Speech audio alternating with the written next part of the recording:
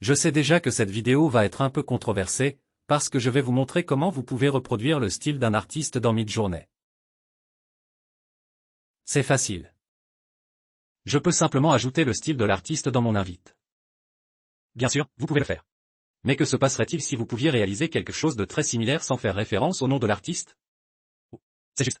Je vais vous montrer comment vous pouvez reproduire Kate n'importe quel style artistique que vous voulez. Enfin, presque. Plongeons-nous dans le vif du sujet. Avant de commencer, permettez-moi de vous présenter rapidement l'artiste que nous utiliserons pour cette démonstration d'Arthur Adams. Si vous n'êtes pas familier avec Arthur Adams est un dessinateur de bande dessinée américain qui est surtout connu pour ses illustrations complexes et détaillées. Il a travaillé avec Marvel Comics, DC Comics et divers éditeurs indépendants. Adams est particulièrement connu pour son travail sur X-Men, Godzilla et divers titres de super-héros. Inutile de dire que son style artistique est populaire et bien connu dans tous les domaines. Même si vous n'avez jamais entendu parler de lui, son style artistique est également connu à mi-parcours. Donc, si vous entrez des choses comme dans le style d'Arthur Adams, vous obtiendrez probablement des choses qui ressemblent beaucoup au style artistique qu'il utilise. Permettez-moi de vous montrer quelques exemples directement à mi-parcours. Voici quelques exemples typiques de super-héros. Voici un portrait en gros plan d'un super-héros. Et comme vous pouvez le voir, son art est souvent associé à des dessins en noir et blanc. Vous pouvez généralement résoudre ce problème en ajoutant simplement en couleur à l'invité, comme dans cet ensemble d'images d'un composé de raffinerie. Et même si certains sujets sont rares pour cet artiste, Midjourney est toujours assez bon pour obtenir le bon style. Donc, s'il est si facile de reproduire le style d'un artiste à mi-parcours, pourquoi voudrions-nous le faire sans faire référence à son nom? Eh bien, il y a un certain nombre de raisons possibles à cela, et beaucoup d'entre elles sont vivement débattues. Personnellement, je ne fais jamais référence directement à un artiste, sauf si je le fais à des fins éducatives. Et je préfère aussi utiliser des invites de style textuel afin de pouvoir affiner mes invites et mes styles à mon goût, et surtout parce que tous les styles d'artistes ne fonctionnent pas nécessairement aussi bien pour tous les types de scènes différentes. De plus, j'aime être surpris par le caractère aléatoire que Midjourney a parfois à offrir. D'accord, assez parlé d'Arthur Adams. Laissez-moi vous montrer comment cela se fait. Je commence par ouvrir ChatGPT, parce que nous allons utiliser ces vastes connaissances afin d'essayer d'extraire l'essence du style artistique unique d'Arthur Adams. Et je vais aussi le faire en utilisant GPT-3.5, parce que tout le monde y a accès.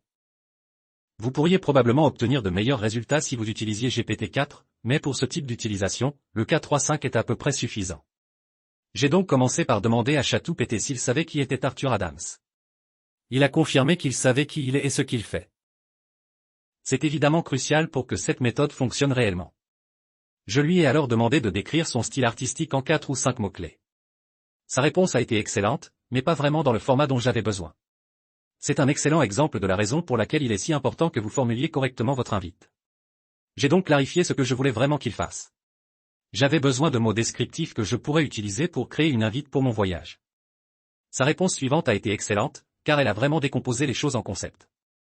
Vous pouvez facilement convertir tout cela en une longue chaîne de textes et les ajouter à une invite. Mais comme je suis un homme paresseux, je lui ai demandé de le mettre dans le bon format pour faciliter le copier-coller, et bien sûr, c'est exactement ce qu'il a fait. J'ai vraiment aimé la petite note de bas de page qu'elle a ajoutée m'avertissant que le style Adam est principalement associé aux drames de super-héros et de fantasy. C'est exactement ce que j'ai expliqué au début de la vidéo, mais je n'avais pas encore fini. J'ai donc demandé à ChatGPT si Adams utilisait une palette de couleurs typique dans son art. Il a ensuite expliqué qu'Arthur Adams est surtout connu comme un crayon. Cela explique également pourquoi Midjourney génère fréquemment des images en noir et blanc.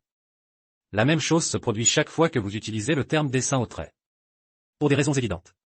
Cependant, ChatGPT a également ajouté que les coloristes choisiront généralement une palette qui aide à ajouter de la profondeur au travail au trait. Et il a également dit que les couleurs ont tendance à être audacieuses et saturées. Pour le style d'Arthur Adams, c'est vraiment utile. Alors maintenant que j'avais une bonne description des aspects clés de son style artistique ainsi que quelques détails sur sa palette de couleurs, j'ai essayé de comprendre s'il y avait un terme qui résumait son style en un seul terme.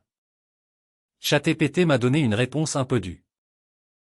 Bien que ce soit évidemment vrai, je n'ai pas trouvé cela très utile pour ce que j'essayais de réaliser. J'ai demandé à ChatGPT si ce terme était considéré comme un style artistique reconnu. La raison pour laquelle j'ai fait cela est que je cherchais un mot sur lequel je pouvais raisonnablement supposer qu'un voyage avait pu être formé, et ChatGPT a confirmé mes préoccupations en expliquant que c'est un type commun de style artistique, mais aussi utilisé dans de nombreux domaines de l'art. Cela rend évidemment difficile de le distiller dans le cas unique du style Arthur Adams. J'ai donc décidé de demander à ChatGPT de nommer un mouvement artistique formel ou un style qui correspond le mieux au style d'Arthur Adams. Et cette fois, cela m'a donné quelque chose d'utile avec lequel travailler. Vous pourriez dire qu'Image Comics est un peu générique, mais ce n'est pas le cas. Et pour être juste, il y a même un éditeur qui s'appelle Image Comics, il est donc fort probable qu'il y ait plus qu'assez de matériel visuel sur Internet. Ensuite, j'ai demandé à ChatGPT s'il pouvait attribuer une ambiance typique au style artistique d'Adam. D'une part, il a dit qu'il était difficile de le réduire à une seule humeur typique. Ensuite, il m'a présenté quelques exemples concrets de différentes humeurs. Mais ironiquement, il a fini par offrir un thème généralisé de plaisir et d'aventure. Comme la plupart de ses réponses sont beaucoup trop longues à mon goût, je lui ai demandé de le réduire à 2 ou 3 mots-clés. Sa réponse était parfaite avec 3 phrases très utiles. Encore une fois, étant l'homme paresseux que je suis, j'ai demandé un formatage approprié. ChatGPT est toujours aussi poli. Il s'est excusé pour son oubli et l'a servi sur un plateau d'argent pour moi. Comme cela semblait fonctionner assez bien, je lui ai demandé de faire la même chose avec le genre et le thème typique d'Adam. Et bien sûr, cela m'a donné 2 ou 3 phrases utiles que je pouvais utiliser dans mon invite. Alors maintenant que nous avons rassemblé toutes ces informations utiles, comment puis-je transformer cela en un style artistique que je peux susciter à mi-parcours? Commençons par des mots-clés descriptifs. Vous en souvenez-vous? Nous avons décidé que nous ne voulions pas de référence aux personnages, alors nous nous sommes retrouvés avec les 2 premiers ainsi que les 2 derniers. Ceux-ci forment le cœur de notre invite de style. Ensuite, nous ajoutons le mouvement artistique global ou le style au début de l'invité. De notre liste d'humeurs, nous garderons la 2e et la 3e et les ajouterons à la fin de l'invité. La nouvelle invite ressemble donc à ceci. Et enfin, à partir de notre liste de genres et de thèmes, nous utiliserons également la 2e et la 3e option. Nous les ajoutons à la fin de notre invite, complétant notre invite de style complet qui est destiné à reproduire le style Arthur Adams. En utilisant cet invite de style, vous pouvez maintenant plus ou moins créer n'importe quelle image que vous aimez et maintenir ce style artistique qui ressemble étonnamment à celui d'Arthur Adams. Et cet invite de texte ne vous oblige pas à le référencer d'une manière particulière. En fait, les mots que vous avez utilisés n'ont absolument aucun lien direct avec lui en tant que personne. Et à toute fin utile, ce style pourrait littéralement être le style de n'importe qui.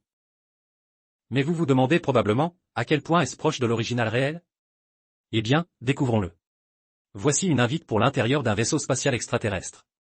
Comme vous pouvez le voir, je commence par le sujet de l'image. J'ajoute ensuite l'intégralité de notre invite de style nouvellement conçu et j'ajoute simplement quelques paramètres. Ce que vous remarquerez immédiatement, c'est que la plupart de ces images sont en noir et blanc, et c'est en fait totalement conforme à ce à quoi nous nous attendons. Rappelez-vous, Arthur Adams est un crayon et une ligne complexe. L'art est essentiellement la phrase qui déclenche cela. Heureusement, ajouter constamment de la couleur à cela est beaucoup plus facile que vous ne le pensez. Tout ce que j'ai à faire est d'ajouter un très petit détail. Remarquez la phrase en couleur que j'ai ajoutée après le mouvement artistique global. Voilà. Problème résolu. Comme vous pouvez le voir sur ces images, elles sont maintenant en couleur et utilisent toujours le même style artistique. Alors, comment ce style se compare-t-il à l'original Arthur Adams? Eh bien, jetons un coup d'œil. Voici à quoi ressemblerait l'invité si vous vouliez faire référence à l'artiste explicitement. C'est juste le sujet suivi par l'artiste et aussi la phrase en couleur. Même si je suis convaincu que vous trouverez de bonnes raisons pour lesquelles vous croyez que celui-ci est meilleur, plus détaillé ou complètement différent du premier, avouons-le, le style est étonnamment similaire et suffisamment similaire pour que vous ayez probablement du mal à faire la différence si vous ne les a pas vus côte à côte. Malheureusement, les exemples que je vous ai montrés ici ne sont pas vraiment idéaux pour ce genre de comparaison. Si nous voulons vraiment comparer ces 2 invites, alors nous devrons utiliser la même graine pour chacune d'elles. Créons notre invite original une fois de plus. La seule différence est que j'ai mis une graine. Tout le reste de cet invite est exactement le même. Jetons donc un coup d'œil à l'intérieur de notre vaisseau spatial en utilisant notre invite de style. Et puis nous faisons exactement la même chose pour Arthur Adams en utilisant exactement la même graine.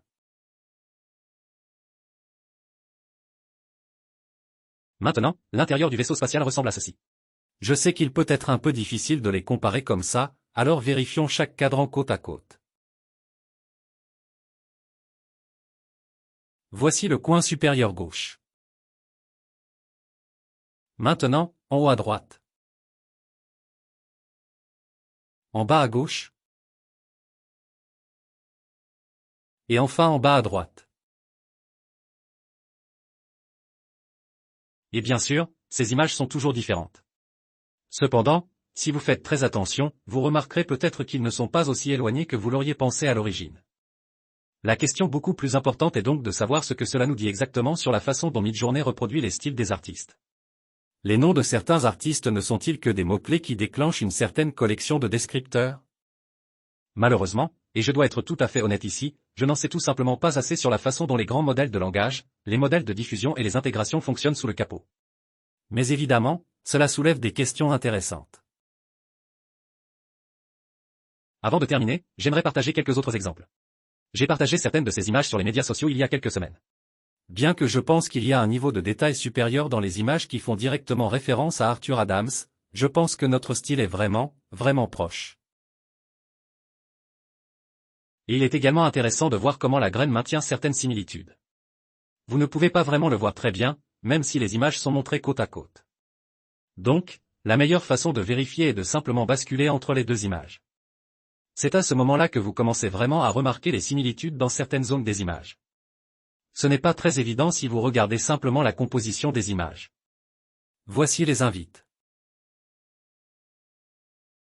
Et j'utilise une graine de 2023 sur les deux. Et voici la comparaison côte à côte, en commençant par le haut à gauche. Maintenant, en haut à droite. En bas à gauche. Et en bas à droite. Plutôt chouette, n'est-ce pas? Imaginez ce que cela signifie pour votre propre travail.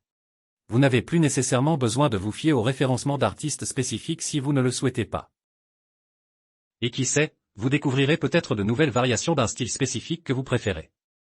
Quoi qu'il en soit, je pense que ce sont des idées incroyablement intéressantes sur la façon dont les styles fonctionnent à mi-parcours. Si vous aimez apprendre de toutes nouvelles méthodes d'invite, si vous souhaitez pimenter vos flux de travail ou si vous avez simplement besoin d'idées sur la façon de donner vie à vos projets, je vous recommande de consulter certaines de ces vidéos et listes de lecture.